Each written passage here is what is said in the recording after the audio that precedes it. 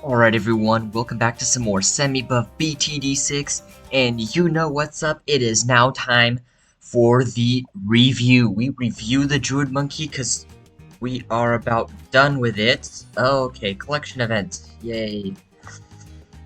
I have to get through all this. Oh, come on. Yeah. Can I not? I can't get out of this? Ugh, fine, whatever. Nice, alright, cool, sure. There we go. Anyway, so yes, reviewing Druid Monkey, which is gonna be pretty easy because honestly, Druid solo is not that bad at all. I will just keep it on standard. It's fine. So it's gonna be just the same thing as usual. So going through running through each tier very vaguely and kind of discussing mostly efficiencies because that's like what we did it with. That's what we don't get to usually. What am I doing? What am I doing? Oh my gosh. Can't talk and do this at the same time, apparently. It's okay. Anyway, so, starting off, base Druid, okay? Space Moabs, Group Moabs, the late 40s, early 50s for 400 bucks, so very efficient. It's great. So that's a good start. Now top path, upgrades overall, it takes a little bit but to get out of the Space and Group Moabs, but it does do that by the 3rd tier with ZOMGs and BFBs, which is a little bit more. 4th tier a little bit better against Group Balloons, but that's about it. And then 5th tier is just straight through the BADs, so Superstorm is great. Does a lot of damage. It's not just it's not just blowback, even if that is its main like damage thing. Anyway, so that's that. And in terms of rounds, well, we've got early 50s. For 1st tier, jump straight to 63 for 2nd tier. So definitely up there. And it just keeps jumping. Late 60s for 3rd tier, 80 for 4th tier, and 100 for 5th tier. So it still lacks in single target damage, but it's great. It is a little pricey, especially the 5th tier is a little pricey compared to other 5th tiers. But it still has an efficiency of late 600s, 680-ish range, so it's not awful, but it's not amazing. It's like right in the middle, right? So, which is nice. It's nice to have something right in the middle. Comparing that to Middle Path, which also doesn't spend a whole lot of time in Moab territory, 3rd tier jumps straight to ZOMGs and BFBs, which is certainly a big improvement. And Spirit of the Forest, again, all BADs, but just pure BADs, not BAD 90, not BAD 100, not BAD anything, just BADs. Which, though it's unfortunate, does make sense.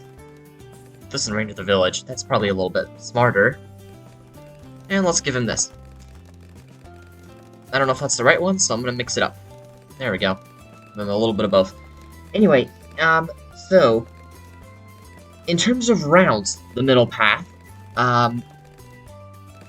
it got, well, late 50s for 1st and 2nd tier. That didn't really change at all. However, the 3rd tier got a little bit further with, mostly late 60s, early 70s. It's quite a wide range. So that one was quite interesting for sure. 4th tier 81, so just a tad bit further, but really not by much. And then, 5th tier, again, that 99-100, clearly BADs are the biggest struggle for Druids, so don't get a Druid to fight a BAD. Now, even though it did get roughly as far as the top half in terms of rounds, it is much cheaper. It's only like $43-ish thousand instead of like almost $70,000, so obviously its efficiency is going to reflect that. It's like in the mid 400s instead of like late 600s, so it's definitely more efficient. Now for the bottom path, the Avatar of Wrath, which is just like, so saucy, okay, I gotta say. Obviously it's gonna get far, right? So, again, first 2 tiers, Moabs, it's actually quite slow because 3rd and 4th tier also struggle with Group Moabs and only get to space BFBs. And 5th tier, however, pulls it right out of the water, so if it was doing worse, it's doing better now because it's like late BADs, like bad's past 100 or at 100 for most of them. which is very interesting. So in terms of rounds, it doesn't quite translate because first tier is early 50, second tier 54, third tier is like late 50, early 60, so it's a little bit behind. Fourth tier is 63, so we're like a tier behind already. And fifth tier is only very early 90s, late 80s for uncrossed path, and then obviously it's like 90, between 95 and 98. So it doesn't even reach around 100. So it doesn't do quite as well against, it's basically big groups of balloons. That's what it struggles with, which is very weird. Not weird, but like, very interesting, but strange, because normally the more balloons there are, the more damage he does. So it'd be weird that he does bad against those balloon dense rounds, but that might be something for another time. Price-wise, it's just a teeny tad bit more expensive than the Spirit of the Forest, but really not by much, so, you know, it's only going to be a tiny bit less efficient. Again, not by much, so there we go. In terms of cross paths, for the Superstorm, if you're getting the Superstorm, you get the 502 cross path.